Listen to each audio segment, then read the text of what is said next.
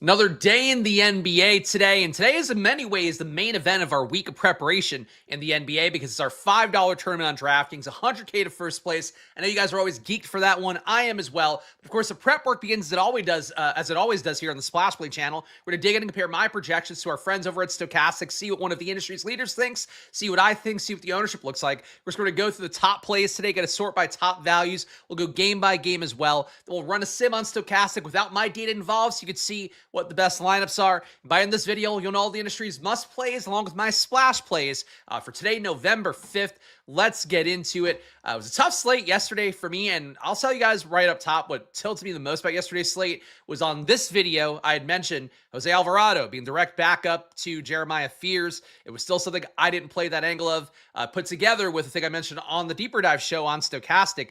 Derek Queen being a pivot point to Kevon Looney. Do I think Derek Queen got a little bit lucky putting up 39 fantasy points in 18 minutes? Yes, he did. But that's a DFS lesson that whether it's basketball, whether it's NFL, that happens all the time. And one of the guys in the Discord is asking about like good chalk versus bad chalk.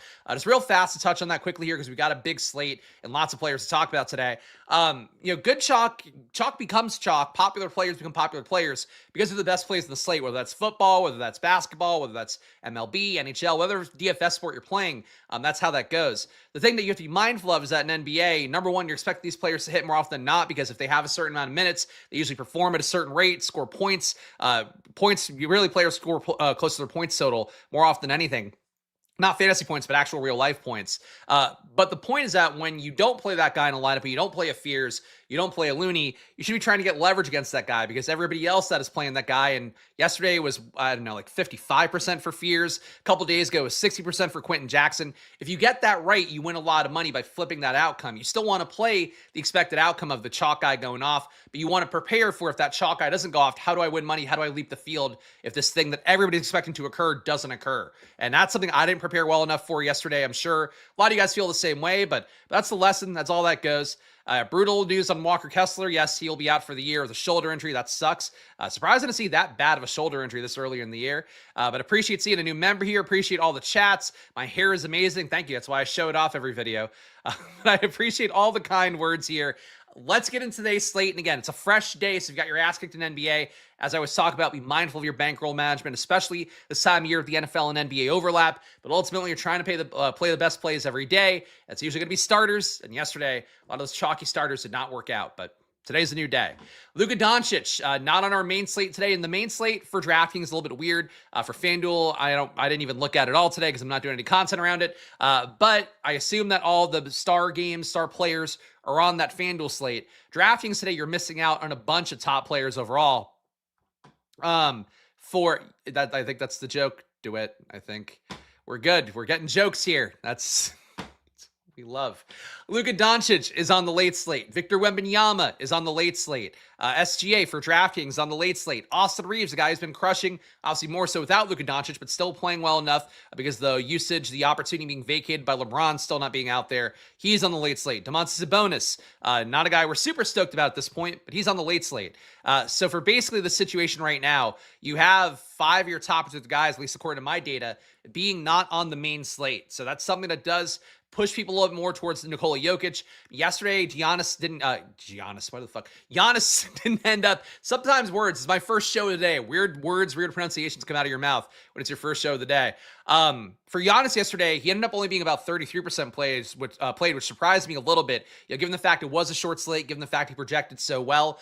Today's slate's kind of similar, where the pay-up options, there aren't a lot of them. It's Jokic or bust. You would think that means that Jokic gets a little bit higher owned, but frankly, NBA DFS's ownership so far this year, I feel like has been a little bit different than where it's been in the past. We're on certain slates where it's like there's no pay-up options. The one pay-up option has a really good projection. He gets played a lot, no matter what the case is. Hasn't been the case so far this year, and for Nikola Jokic, we'll see what happens today. But I just wanted to give that overview here because there are a lot of zeros coming up, and these are all the guys that are not available on DraftKings slate today. But Nikola Jokic, I have him at 61.4 projection. Stokastic has him at 63.4.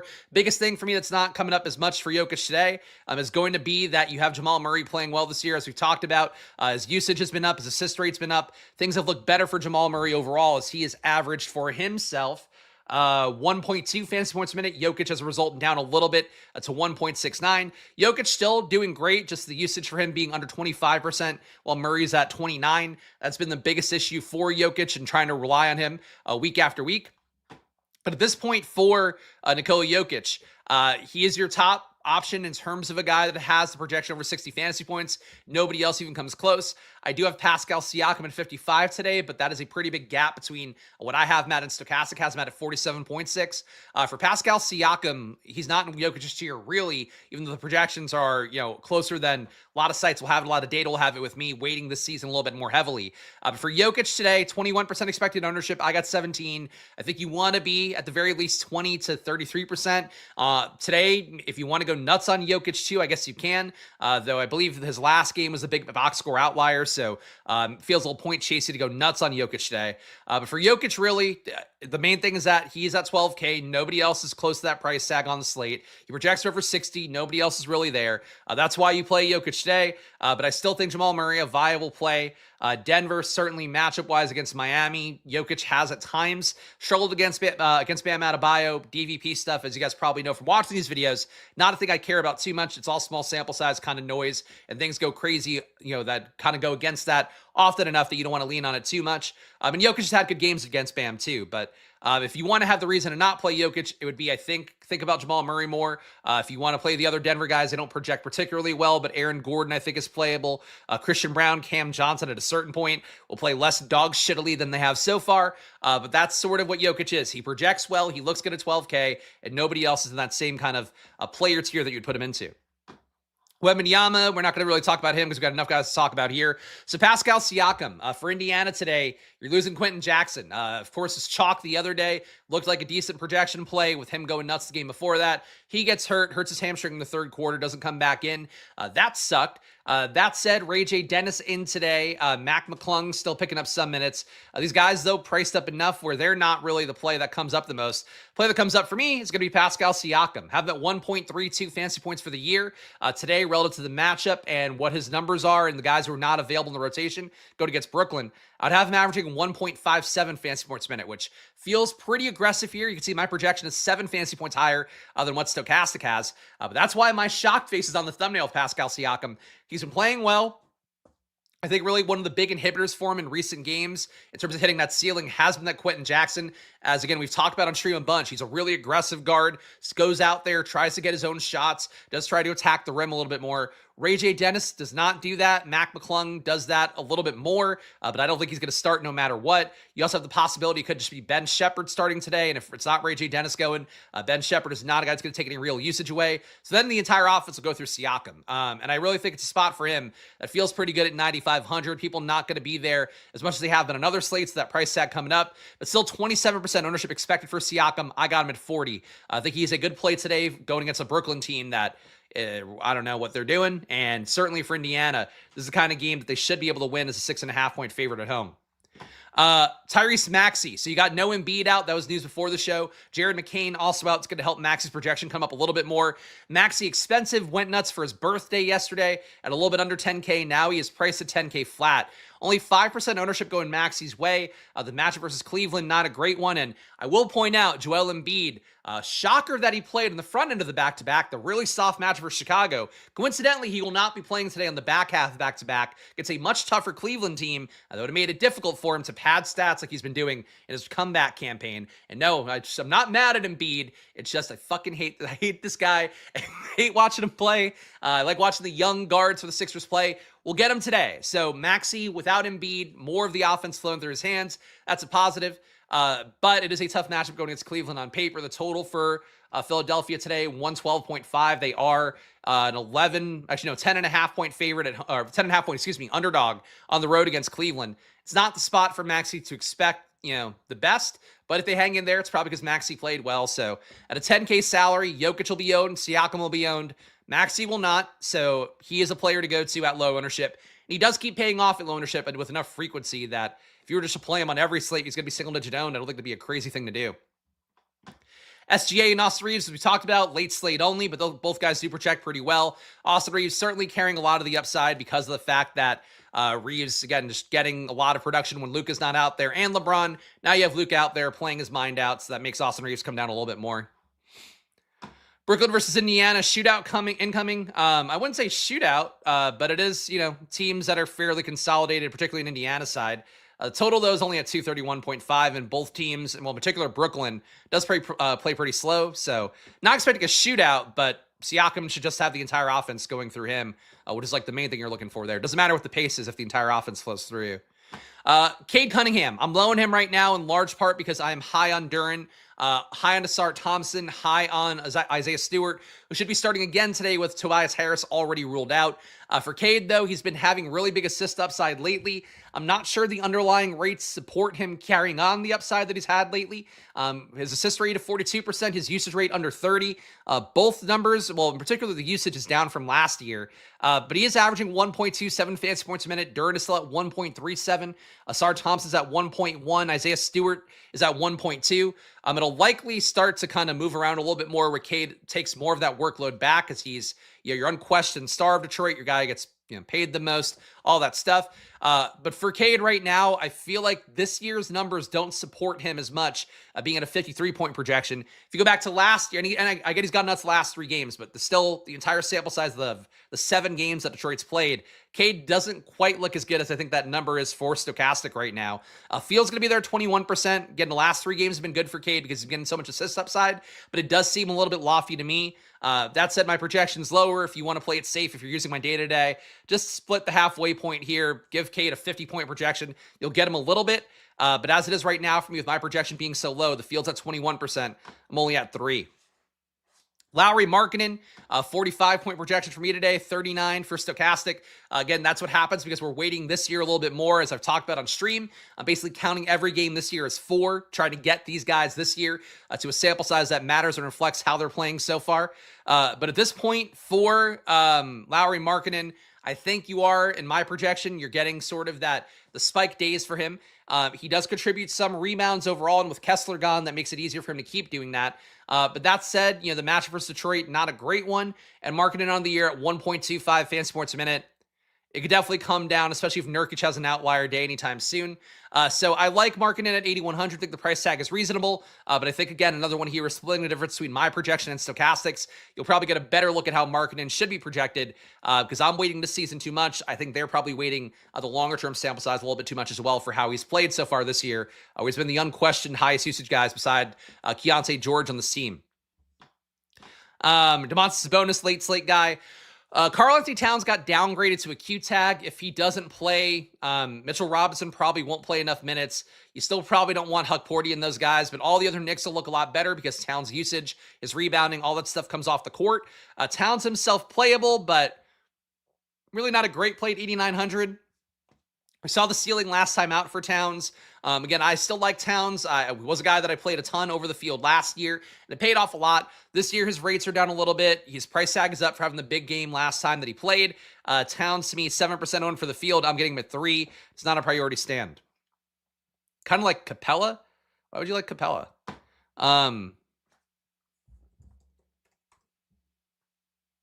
You have Capella for 13 fantasy points. I have no clue, unless there's somebody ruled out that's not ruled out in the data. I have no clue I'd be bringing up Capella today. Let's go and sort by value next, in which Clint Capella will not show up. Okay, Adams is a Q tag. Again, you need guys to actually get ruled out. Just being a Q tag doesn't mean the guy doesn't play. That happens a lot. Will there be any value plays under 5,400? Well, let's look right now. That's all you had to do, Andrew, is wait until that part of the video, and we were going to get there, and we're getting there now. Derek Queen. So Derek Queen had the monster day yesterday. Stokastic has him today for 24.9 minutes. Eve Missy going to be out again. I think right now in the data set, they also have Kevon Looney not playing, but Looney should be available today.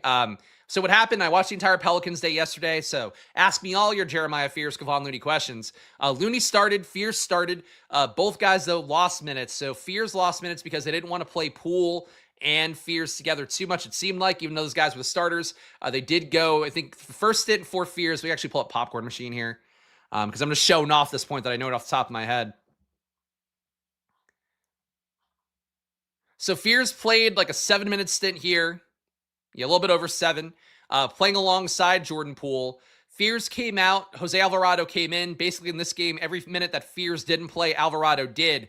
For Kevon Looney, he came out. Makovich came in, played the entire quarter. Then they went to Derek Queen. Derek Queen played really well.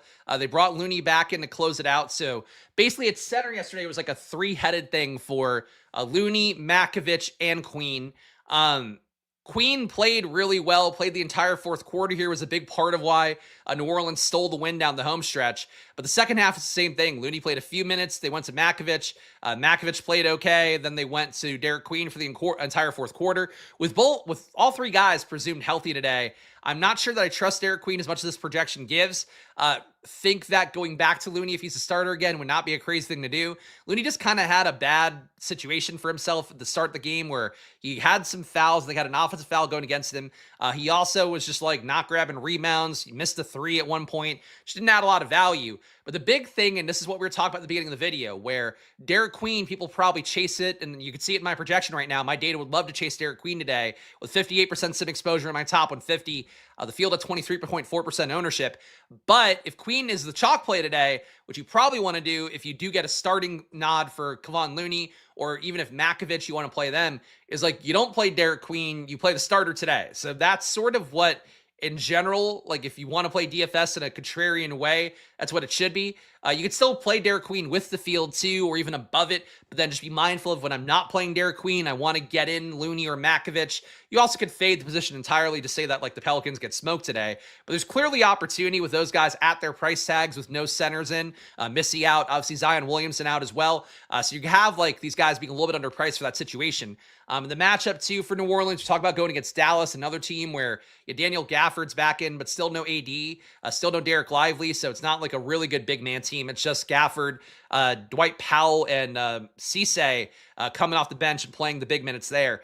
So Derek Queen can do well for himself. Yes, Poole is questionable as well. That doesn't matter with talking about Derek Queen right now. For Derek Queen, I just like, if people chase it too much, if the ownership seems like it's making him the play of the day and he's not starting, don't play Derek Queen as much. Even if Derek Queen starts, it might be logical to take the shot in the backup then, because the field's going to come to Derek Queen a lot because he just went nuts yesterday. Like he literally put up 2.4 fantasy points better or something like that. Queen had a monster day. It's not going to be sneaky today, especially if he does start. And that game too for New Orleans is at a 8:30 p.m. start time. So you're talking about only one game to swap with, the 9 o'clock Miami-Denver game. So you really want to be aware of what the Pelicans are doing if we don't get a starting lineup in advance, and we're probably not gonna. But hopefully get some guys ruled out, hopefully including Jordan Poole. Isaiah Stewart coming in here. To Stewart playing hurt during ceiling. Yes, that's exactly the way to read that. That's a very smart way to say that immediately, because what happens basically is you have Duren, who's playing incredibly well overall, rebounding, getting a little more assist upside. Isaiah Stewart does those same things. Those guys now playing together. Same thing when Towns is playing a power forward as opposed to a center. You just lose some upside. You lose some shots to the rim. You lose some rebounding upside. You lose some usage. So Stewart being in again, 30.5 minute projection. He looks like a strong value play. The big thing, though, would be that last game you had Duren being a play that everybody was going to. Now everybody's going to go to Stewart. I would think the same thing here, where you probably want to consider ping-ponging back to Jalen Duren today. But Isaiah Stewart played 34 minutes. Jalen Duren played 34 last game. The Grizzlies technically went double big with Landale and Jaren Jackson a good amount, but that's not really a true double big where they could have not played two bigs if they wanted. Again, the assumption today will be that with Tobias Harris out, Duren and Stewart start together again. It's not a guarantee, though. They could start a Ron Holland, who I thought had a pretty good shot to start last game. They could start LeVert, too, if they want to go smaller. But right now, the assumption would be that Stewart starts again, and that's in the data set with a 30.5 minute projection for Stewart. I'm getting him at 48% ownership, assuming that he does start. But be prepared to pivot again. Detroit game for today is at 7 o'clock, so you'll know in advance. If you don't get Stewart starting, I would knock him down in exposure like really heavily. And that's the thing that Brick75, Brian Hooper, one of the guys behind Endgame Syndicate / Run the Sims, said a while ago, and it always stuck with me, is basically that like if there's an assumption that a player is going to be starting and that's like baked into the ownership, the moment there's any bad news for a player, like come down on that player and get less ownership if you can. So Stewart right now, the assumption is that he starts and he's going to be really owned as a result. If we get to lock time and he's not starting, just like swap off him as much as possible. You might even want to consider taking him out of the player pool at that point. And then I would say no matter what, go to Duren more today because Duren just busted his chalk because of Stewart. So if Stewart busts his chalk today, it might be because of Stewart. That might be because of Duren going off. We got D'Angelo Russell here. A lot of ownership for D'Angelo Russell. He was also a highly projected player for me last game. The big thing is that he's getting a ton of usage right now, a ton of assist opportunity as well. Anthony Davis not being in opens up even more scoring for him. And last game for him, let me get the exact total right. Put up 34 fantasy points against Houston while shooting 2 for 10 from the floor, 1 for 6 from 3. And again, that's against Houston, who's really good. Now we're talking about him playing the Pelicans, who are not very good. I think D'Angelo Russell at 6,100. I like my projection being this high, getting him above the field. But that said, for D'Angelo Russell right now, 27% ownership. These guys are all pretty appropriately owned as value plays, so nobody for me coming up where like my projection has them much higher than Stokastic. Queen, Stewart, Russell, these guys are all meaningful values. I'm just getting them more than the field right now. You play one and fade the other, referring to Stewart and Duren. I mean, if they're both starting, you can play both, but logically, I would think it's more likely that one of them, if they have an outlier day, probably pulls from the other one. So, yes, again, I think that's decent logic. That said, a lot of people probably won't play them together, so you certainly can. But you know, the way it played last game too, they weren't really playing backups to each other. It was like Stewart came out. They went to Ron Holland. Then there's a few minutes when Duren was out. They went to Paul Reed. But most of these minutes, as you can see here, like Duren gets a few minutes without Stewart. Stewart gets a few minutes without Duren. Stewart gets a few minutes without Duren here. Or, actually, no, excuse me, in other way around. Duren gets a few minutes without Stewart here. Stewart without Duren. Then they're together. There's not enough time where one guy's on the court without the other that, like, you really want to play them together. Because if they're on the court together, they're eating from the same plate of rebounds, same plate of points, all that stuff. Shots at the rim, those kind of things. Seems like a Duren day. Whenever the guy busts his chalk the last game, it's always going to make him more interesting the next slate. All right. We got Jarris Walker coming up a lot again. Because of the lack of point guards, we're now taking Quentin Jackson off. The team is still missing Mathurin, McConnell, everybody basically. Though they can get Cody Martin in, and that might mess things up. I don't know if it would eat into Jarris Walker's minutes directly, but it might hurt the projection a little bit. Cody Martin, one of those guys who does a little bit of everything, not a very fun player, but always finds a way, no matter what team he's on, to get minutes if there's like a vacancy.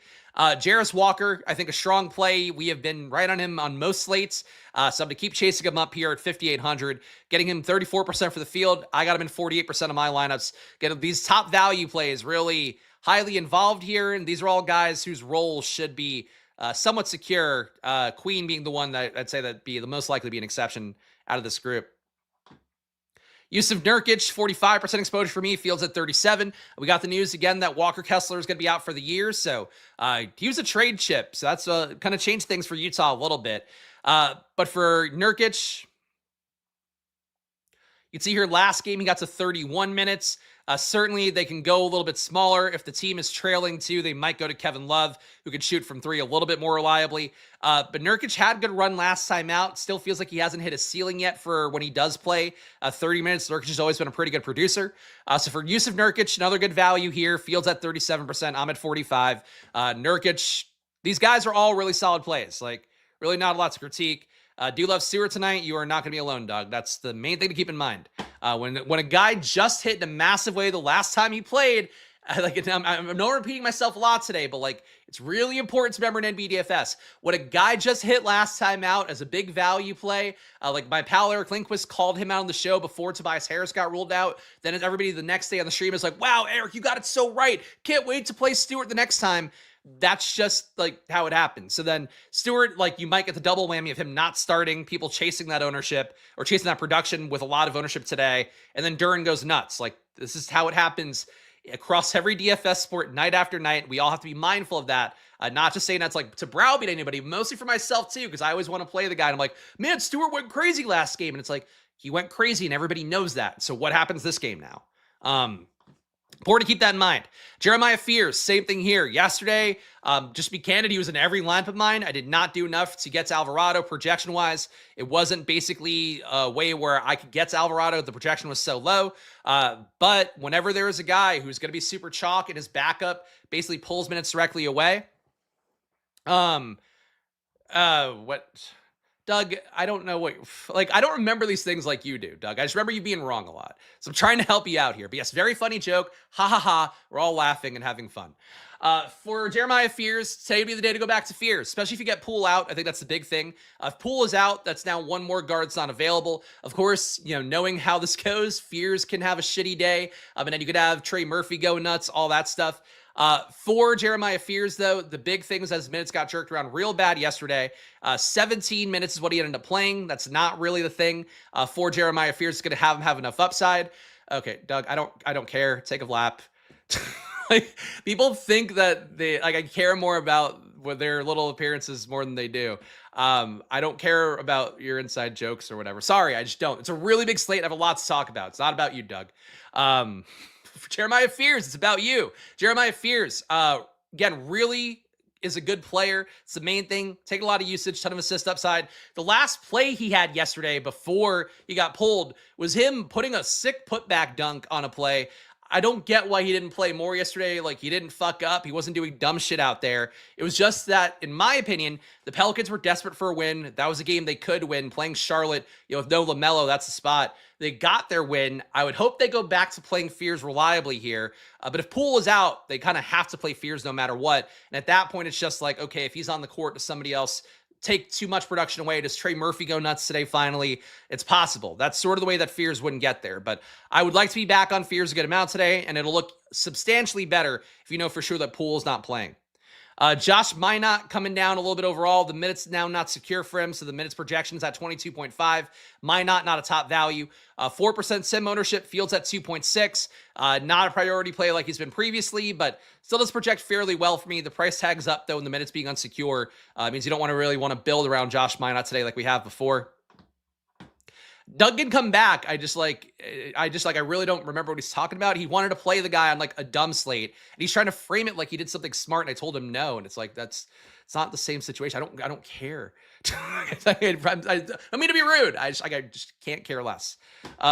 Michael Porter Jr., another guy who projects really well for me, 40.8 fantasy points, Fields at 36.4.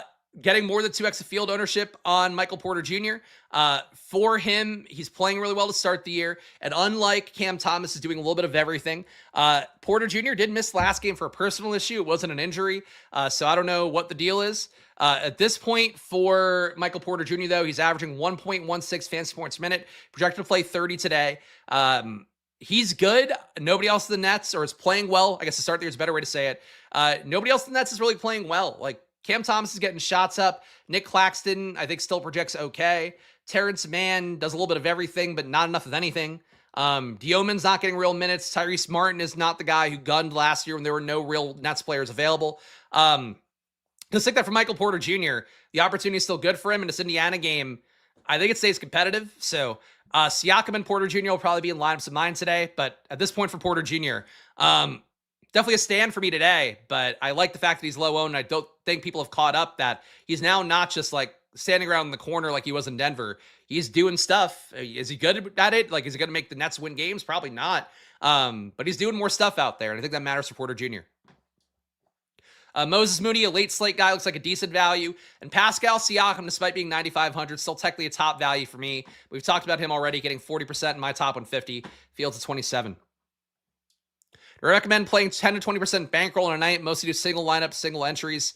I don't know what the exact math for bankroll would be, but 10% feels about right to me. I think in general, the rule of thumb is 5 to 10.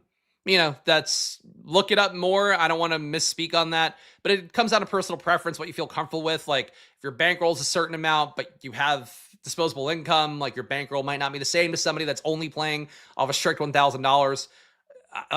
It's all personal choice, but that seems like a good amount here. I think in general, you want to have 1 month of DFS play as a bankroll ideally, because you can literally go on a very long losing streak and you could be right and it's just not materializing. But again, your mileage will always vary. Any Herb Jones or Sadiq Bey? We'll see when we get to New Orleans, but maybe a little bit of Herb Jones, probably not Bey. Philadelphia here, 112.5 implied points.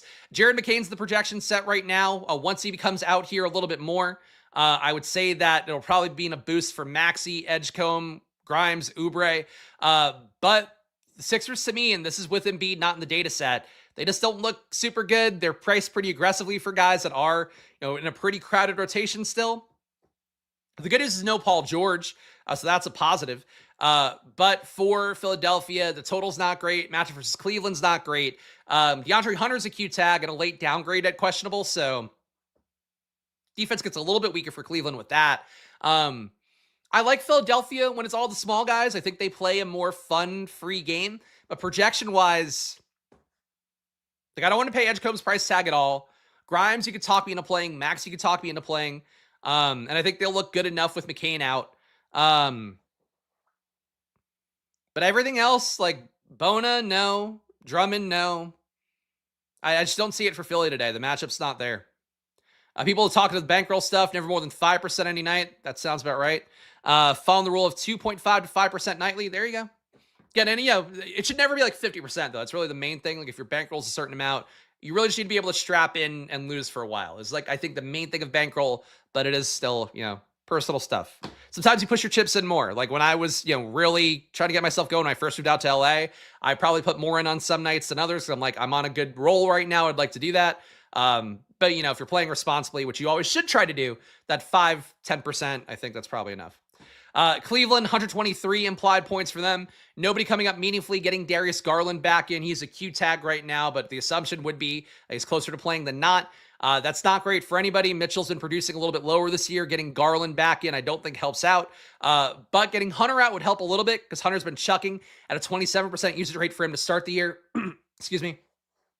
That would also open up minutes for Jalen Tyson a little. Dean Wade a little bit more. Cleveland right now, the Hunter thing is the big thing to watch. If Hunter and Garland are both out, I think Mitchell, Mobley, Allen, Tyson, all going to be in play. Sam Merrill, maybe. Honestly, Tyson's 5K. He might still not be in play, but he'll get like real minutes. So watch out for Cleveland's Q tags right now. As it currently stands, though, with those guys in, just doesn't look like there's anything there. Utah, 111.5 implied points. And guys, I haven't asked at all because I've been too busy yelling at guys named Doug. Please do. I just whatever. Some things just get my goat. I don't know why. Subscribe down below. Hit the like button. Leave a comment. Of course, I'm doing the work here Monday to Friday at 2 p.m. every day. There's so much shit to talk about in the NBA every day. That's why I talk fast, and also I try to stay really focused on the stuff that I'm talking about. But of course, here I do the work as best I can, preparing my data, comparing it to the sites for you guys out there. That's what we're doing here every single day as best I can. And of course, the NBA will sometimes be a fickle little bitch that we're trying to deal with, but we're still going to do as best we can, preparing on these shows every single day, Monday to Friday at 2 p.m. And of course, make sure to check out Stokastic too. You're going to see their data without my interference at the moment, where we'll run the sim and see what they have for us. But promo code SPLASH gets you 15% off if you click the link in the description, or use that promo code over there, promo code SPLASH, and get that money off right now. All the cheap stuff, all the expensive stuff, that's quite there. All right. We got Utah here. Again, Markkanen, the biggest projection stand for me, really weighting the fact that he has produced incredibly well to start the year. Markkanen, though, shooting unsustainably, 62% true shooting for him. That's probably going to come down a little bit. But Markkanen is one of those guys where we talked earlier in the year about Şengün, all the reports about how he's playing in runs, he's playing internationally, everybody's saying he looks so good. That's been the case for Markkanen, too. It's just nobody really talks about it as much because it's Utah. But really, to me, like the big outliers from Markkanen, from Utah are Markkanen and Keontae George. These guys are playing incredibly well. 1.15 fantasy points minute for George, 1.25 for Markkanen. They, to me, and they probably won't be on Utah forever, especially Markkanen, they seem like the core you want to build around for this team right now, and the usage kind of backs that out. So I like Markkanen again, like George again. The matchup versus Detroit, I would say close to league average defense. But Utah finds ways to put up points. The total's not great today with them being a 9.5 point dog. But I like Markkanen, like George. I'm willing to do it. Nurkic, we've talked about already. A lot of ownership coming to him for both me and the field.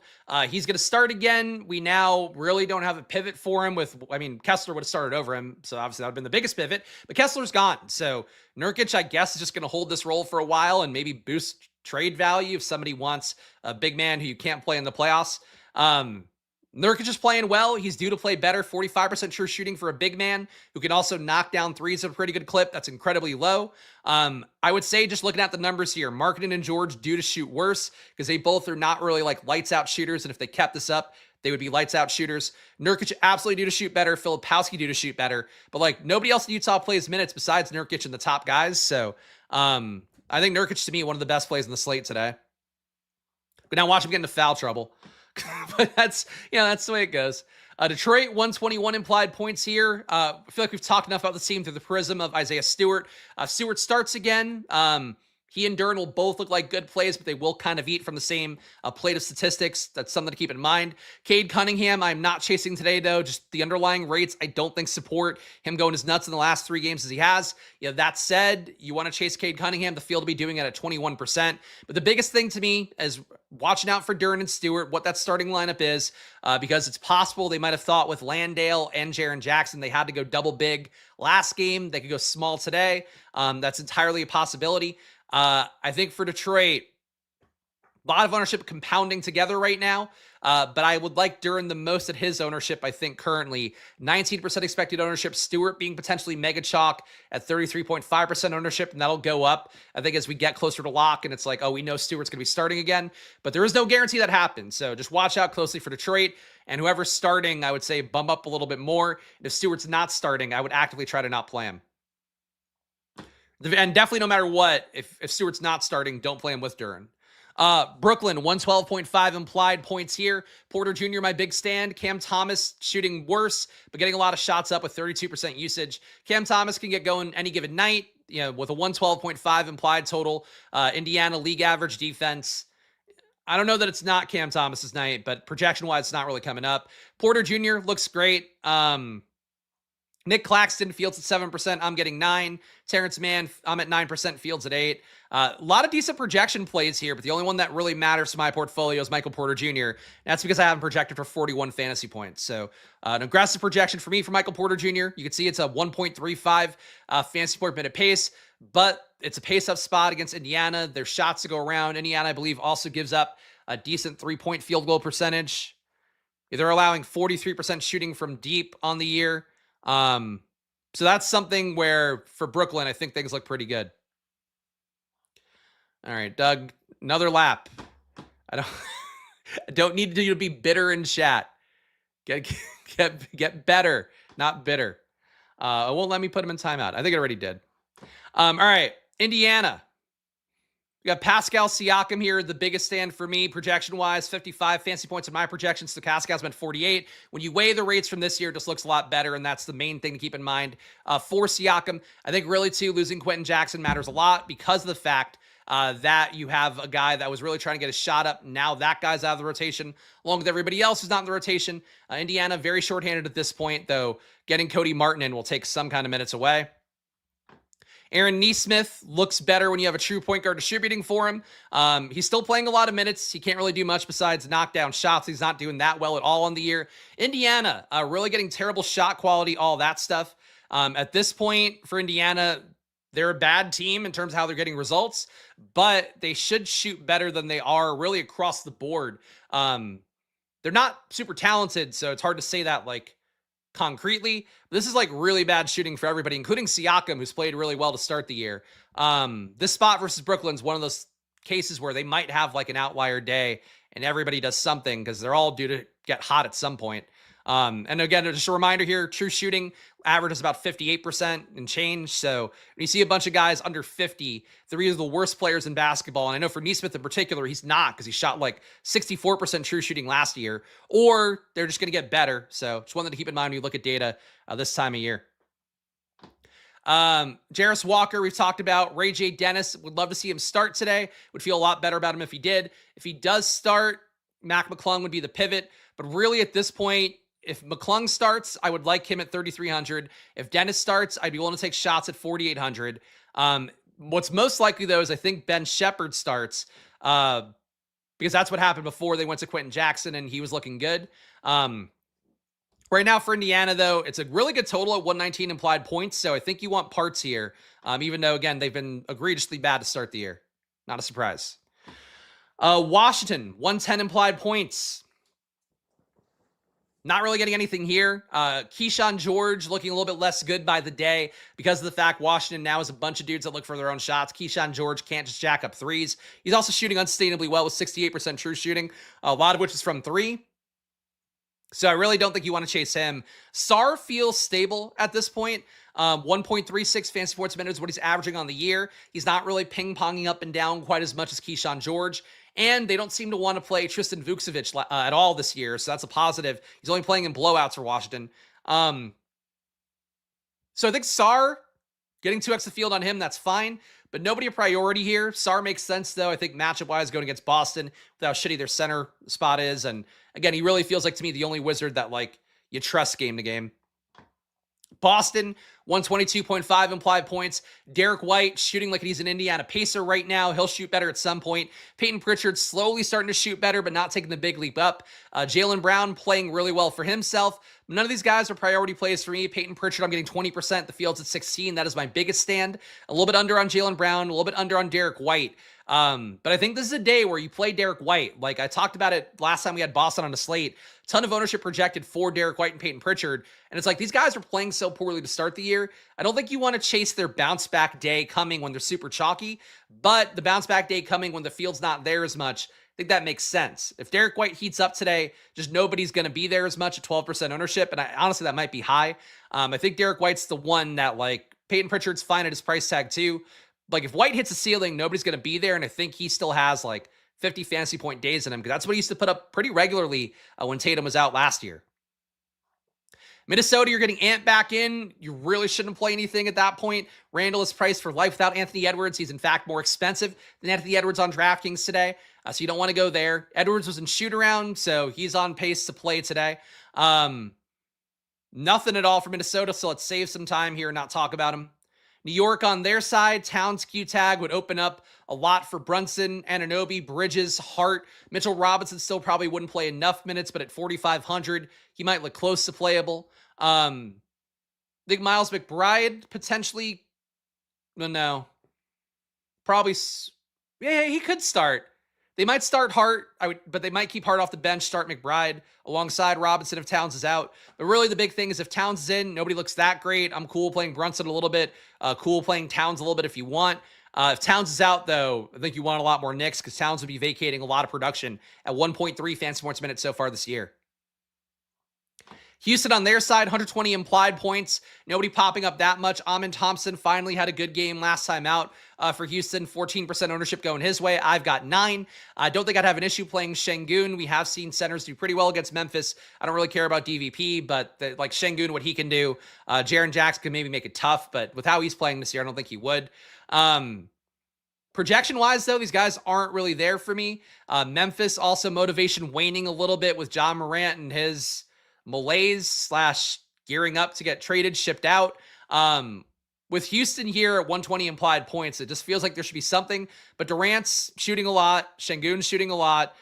Thompson is starting to shoot more, and he'll probably play better at some point. Jabari Smith being back in. He wasn't in last game. That doesn't look great. I just don't think for Houston anything seems obvious here. And on Memphis, you still have Morant playing a lot of minutes, but playing less effectively overall. He's down to 1.2 fantasy points a minute. The joy has been sapped, according to his latest interviews from him. Cedric Coward still due to get worse. He's shooting an unsustainable 73% true shooting. He's priced up at 5,700. He's playing a lot of minutes, though, so you could go there. This game, to me, looks really unappealing, but if somehow things came together, the ownership's not very high, and certainly the totals seem high enough to get this game. The projections just don't. And, oh God, still 2 more on the main slate here. New Orleans, we want to know starters here. This is our second to last game on the slate, so keep swappability if you can. If Poole is out, I think it's wheels up for Fears. Just take the shot, plunk him in a lot. If Poole is in, I would still probably try to take the shot on Fears at this point. I think for Fears, the biggest thing is that he just didn't get the minutes yesterday because they did want to play Alvarado. Every minute, literally every minute yesterday that Fears didn't play, Alvarado did. So you would assume that flips back today. They got their win. I don't think the Pelicans are trying to win a lot of games, but they got their first one, got off the schneid yesterday. I think that was how they were coaching. So I'm very heavy on Fears today, and I'm willing to be even heavier if we get Poole out. Trey Murphy, I had in a lot of lineups yesterday. He should be playing better. He just is not hunting for a shot when he has Poole out there, when you have other guys who are also like Fears trying to get their shots up. Sadiq Bey was also taking a ton of shots. Don't love Trey Murphy, but I think he's very playable. Fields at 21%. I got 19. Herb Jones, I'm getting 16%. The Fields at 21. Not a very exciting play, but he's going to play 30-plus minutes most likely and be out there. And if his shot starts to fall, it can kind of compound a little bit more for him. But he's basically out there for defense mostly, playing at a 0.7 fantasy sport minute pace this year. Sadiq Bey, not coming up for me here. He did not start with Zion out. He's coming off the bench. He's going to get his shots up, but Sadiq Bey, I don't think it's in the projection set to get to him today. Derek Queen, we talked about in the beginning of the video. If he were to start, he'll probably be really chalky, and he would be worth the ownership that he gets. But if you're not playing him, considering a Makovich, considering a Looney, those would be options, especially if you get Looney starting, Queen off the bench. It would be hard for me to be with a ton of ownership on Queen if we know he's playing off the bench. Dallas, PJ Washington playing incredibly well lately. It does feel like any given day that Cooper Flagg will start to do more, and it'll flow away from Washington and to Flagg. But as it is right now, we saw PJ Washington go nuts. I think he had like 50 fantasy points in that last game. Might be overstating that by a little bit. He had 55.5 fantasy points last game, and that was against Houston. He rebounded like a motherfucker. 12 rebounds in that game, 1 for 5 from 3, 11 for 20 from the field. There's a lot of usage go around right now for Dallas, and PJ Washington seems like one guy can handle it. But again, it really feels like Flagg has to play better at some point, has to just get more shots up at some point. So I like PJ Washington being 2x the field there. I don't love being totally vulnerable on Flagg because it just doesn't feel like the entire season it's going to be Washington and Russell coming up a lot and Flagg never getting there. For D'Angelo Russell here, projects well again for me, 2x the field there. He's been hitting pretty frequently with his 28% usage rate, 43% assist rate, 1.15 fantasy points a minute. I think there is a real massive ceiling day potentially for D'Angelo Russell here versus the Pelicans. He is put up against some shittier teams. I mean, Detroit, I wouldn't say is like shitty, but shittier. 45.8 fantasy points is what he put up there versus Toronto, put up 45.3 fantasy points. He has spiked massive ceilings. He's also had games like one versus OKC where he played 30 minutes, only put up 28 fantasy points, but that was with 3 for 14 shooting. I just don't think the public is as aware of Russell being good this year as they should be. And again, he's shooting terribly, so maybe he's not actually good, but his role is really good. A lot of usage and all that. Gafford super chalk. I don't feel great about that. He played 25 minutes last game. Fields expect to play 43%. I'm not sure that's going to hold. They don't need to really play bigs against New Orleans if they don't want to. Like, nobody in New Orleans is going to keep you threatened in any kind of way. Derek Queen can do some stuff, but he's not really a big man. It's going to hang around the rim and punish you even if he gets a lot of minutes. I don't see Gafford's ownership. I got half the field on it. I don't think I'd be there a bunch, but like I like Gafford conceptually, but if he's going to be minutes limited, and it seems like that's the case, and if they're also going to still play Dwight Powell and Musa Cisse, I don't know why you'd get Gafford this much. So I'm not with the Gafford chalk, and I'm a guy that liked Gafford a lot last year, but I have him at 25 fantasy points today. Stokastic has him at 30. That's hard. Gordon Hayward, better than Cooper Flagg. Cooper Flagg is also like one of the youngest players in the NBA right now. It should take time for a guy to learn how to get a shot. The thing that I wish for him, and I think generally what I look for in basketball players is like, do you force usage no matter what? Like Jeremiah Fears will get shots up no matter what. Cooper Flagg's not really doing that yet, and I think that's what he should be doing. Last game on the main slate here, then we'll skim through the late slate for you people that are playing on FanDuel or whatever else has a late slate out there. Miami, 116 implied points here. Not getting anything from Miami. Norman Powell being back in hurts a lot. He's put up 1.27 fantasy points minutes so far this year. It's going to come down because he's shooting unsustainably well. But his role being in, these guys are not priced for that because they've had a few games without him out there soaking up usage. Denver on their side, again, get as much Jokic as you want. Does feel like he's a little bit under-owned as your one pay-up option on a slate of this size.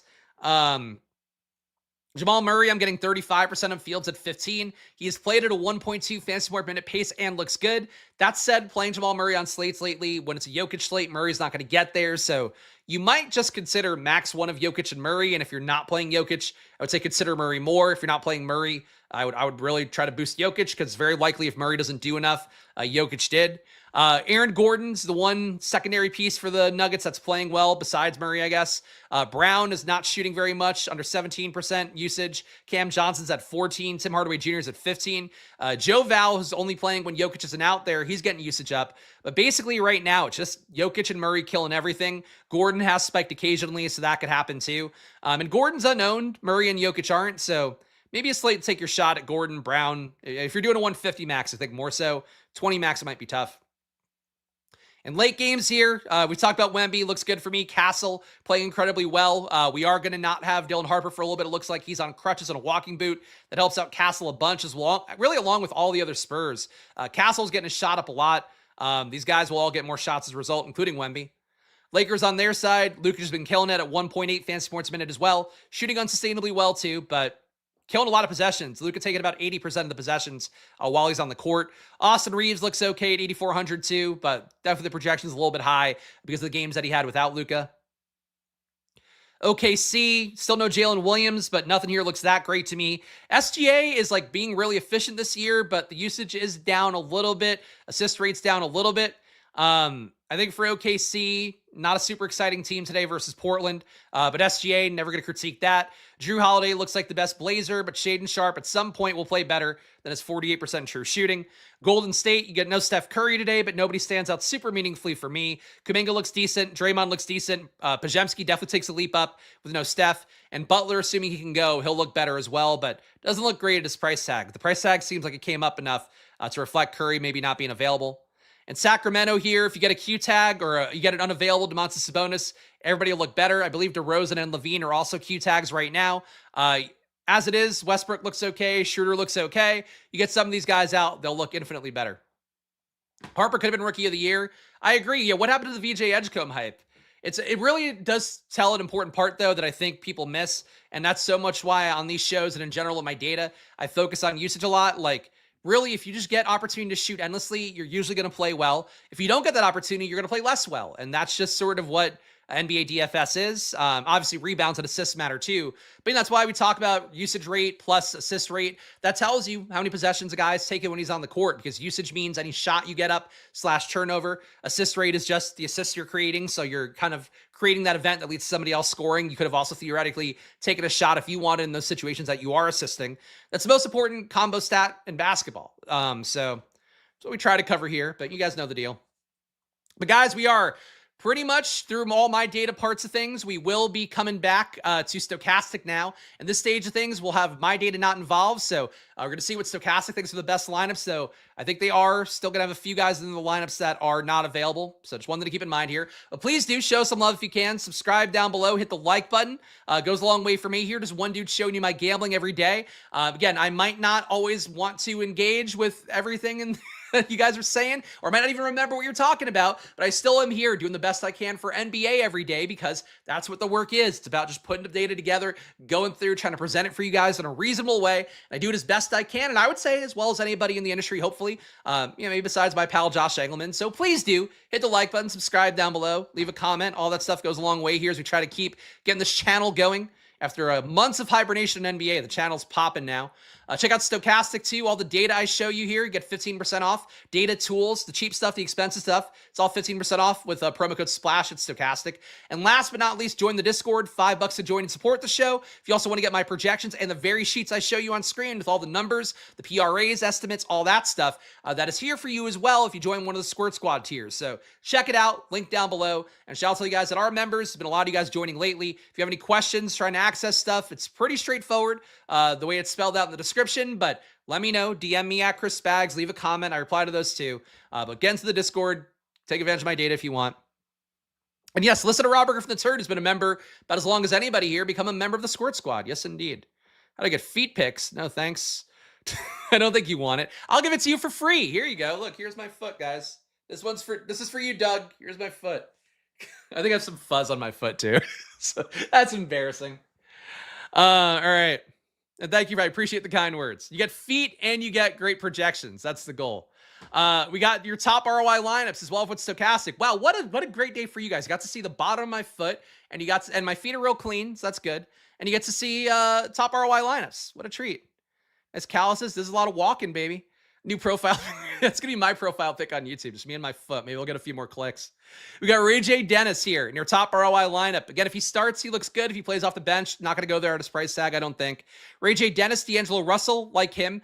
Max Christie, not sure I'm there on that. Karl Anthony Towns, Jalen Duren, Cooper Flagg makes it. Derek Queen makes it. Jamal Murray makes it. Number 2 is Ray J. Dennis, Keontae George, Jarris Walker, Derek Queen, Jalen Duren. So the Queen and Duren making these lineups along with Ray J. Dennis. Jose Alvarado makes this one. Aaron Gordon makes it. Nikola Jokic makes it. Ray J. Dennis at number 3 as well. So he is in 4 of the top 5 lineups. Ray J. Dennis, D'Angelo Russell, Najee Marshall, Michael Porter Jr., Jalen Duren, Cade Cunningham, Aaron Gordon, Daniel Gafford. Number 4 is Ray J. Dennis, Trey Murphy, Aaron Nesmith, Isaiah Stewart. Okay, that's our first share of him in these top lineups.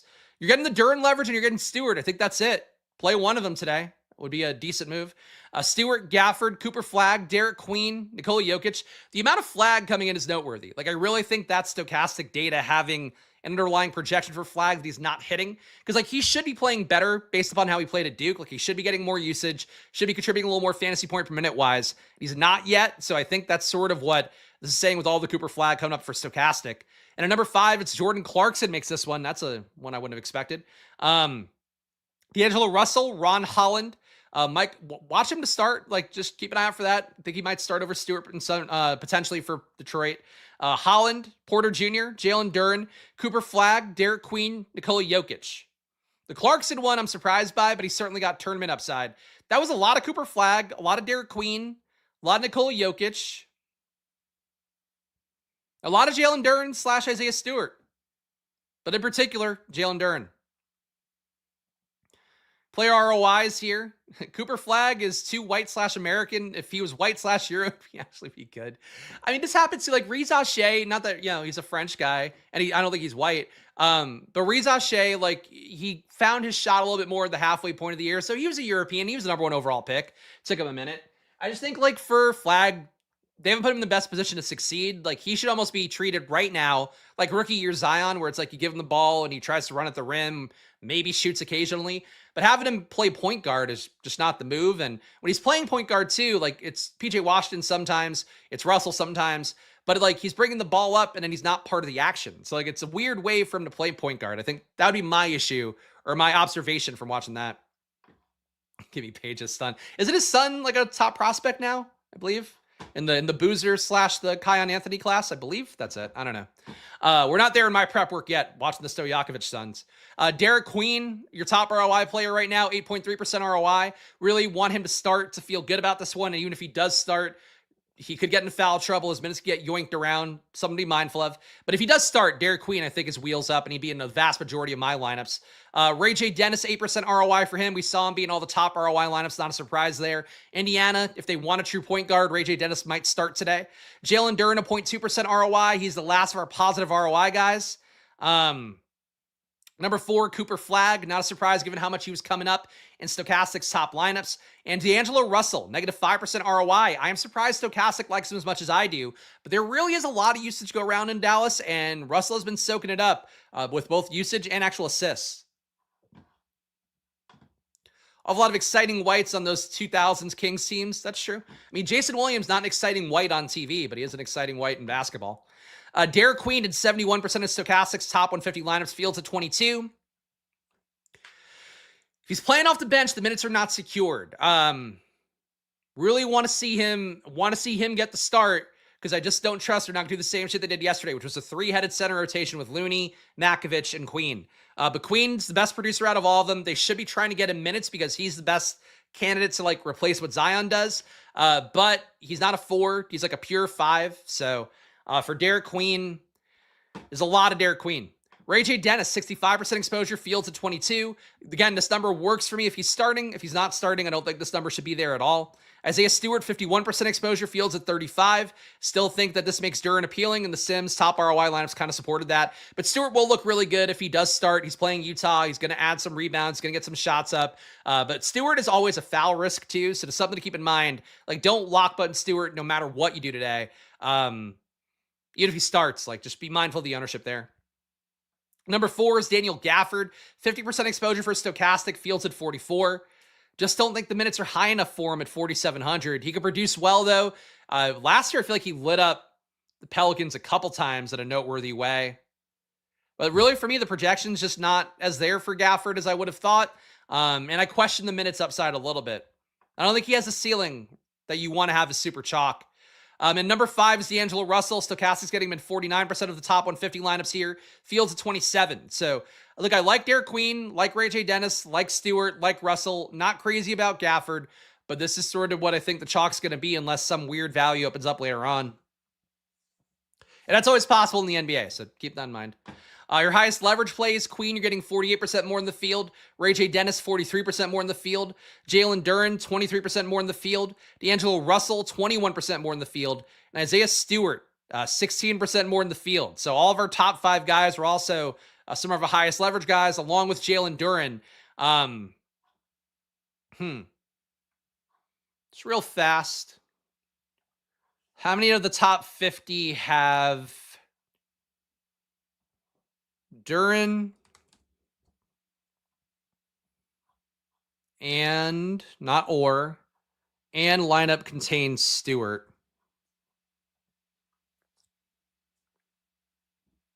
So there's a lot. There's a lot that's playing both. I presume you're getting equal amounts of ones where they're playing one or the other. But it does seem like the sim is willing to play them together. So, I still feel the way that I do. I think if, like, on the slate of this size, if one of them hits, especially if Duren hits tournament-winning ceiling, I think Stewart has a less good shot of making it as mega chalk. But the sim does seem to support, like, playing both, sometimes playing one. So there's no rule there to take away from the sim, at least. Pascal Siakam, negative 15% leverage. He is one of my favorite plays in the slate, so Stokastic and I will respectfully disagree there today. Derek White, negative 11% leverage. You are fading him here, even though he's desperately due for a good shooting day. Asar Thompson, negative 8% leverage. He's played really well in the year, but they are fading him. Again, Stokastic really does love to fade the guys that I think of data for this year that look particularly strong, because that's what the longer-term sample size does. I presume that just doesn't like Asar Thompson and Siakam as much. Jaylen Brown, negative 8% leverage. Aaron Nesmith, negative 8% leverage. That's how it looks. No time for a single lineup build today because we are over an hour, but I appreciate all you guys watching. I'm going to give you guys my splash plays for the day in a moment. Before I do, please do make sure to hit that like button and subscribe. And I'm just one dude here showing you all the work here that I can. Also producing the stream live in real time, replying to your chats, doing it all to keep us on pace every single day in the NBA, Monday to Friday at 2 p.m. So please show some love. Hit that like button, subscribe. I think this might be a viewership record today, so shouts to all you guys for watching. Let's keep it going here. The work continues on even tomorrow, where there'll be NFL videos to do as well. Stochastic, 15% off, link in the description. You can also, if you want to check it out on Twitter, check my handles at SplashPlayPod or my Chris Spags one. You can click the link there too. But use the promo code SPLASH, gets you 15% off all their packages, the cheap stuff, the expensive stuff. If you want to play correctly, learn how Sims work, use their data, it's all 15% off for you with that promo code SPLASH. And if you want my data, join the Discord at the Squirt Squad tiers. If you just want to support the show, $5 to join here, get access to a Discord. And of course, more to come if you join the Squirt Squad tiers. You can see all the stuff I show you here on screen. My splash plays for the day. Okay, contingently, I'll say Derek Queen. If he's not starting, really think you want to keep that ownership flat with the field. Don't go nuts. If he is starting, though, he is like a really good producer going back to college. I touted him yesterday as like a pivot point to Looney. Still didn't play him enough. Today is the day where everybody's going to try to play him. If Looney starts and Queen's coming off the bench, if Makovich starts, Queen's coming off the bench, try that guy out for some amount of lineups where you're not playing Queen. But Queen is a producer. It feels like they need to get out there. So I'll still err on the side of saying he's a splash play today. Based on ownership, Isaiah Stewart, D'Angelo Russell. I'm not alone there. Stokastic loves those guys, but those are popular plays for me. Jarris Walker, another one. Yusuf Nurkic, another one. Jeremiah Fears, another one. I'll feel infinitely better about that if Jordan Poole is out, but Fears, still a guy I'll take the leap on again after he fucking killed me last night. Along with all of you guys, I'll be back there. And then pay-up options, Siakam, nothing crazy there. I still like Duren. Like Michael Porter Jr., he'd be a splash play. I think I'm giving you more than a full roster. But these are the guys that are going to be some of my highest exposed guys today, so hopefully that helps you out. Gafford, 32 fantasy points. I don't know if that's enough to win a tournament, but that's fine. And yeah, we're moving along here. Keep subscribing, guys. The number's climbing, so show some love, and I'll see you guys tomorrow for more. So before I do that, before I jump off, make sure to gamble responsibly, guys, even though it is always money time here on this channel. Follow me at Chris Spags. Follow the channel at Splash Play Bets, on Twitter at Splash Play Pod, and I will be back tomorrow for NFL, 12 p.m., actually 10 a.m. on Stokastic, 12 p.m. on the Splash Play channel, and then tomorrow, 2 p.m., another NBA video coming up. So join me for one of those, join me for all of them, hopefully. And shout out to all you guys for hanging out today, even Doug. I'll see you guys again soon. Enjoy your days, good luck, and let's go, chalk. All right, bye, guys.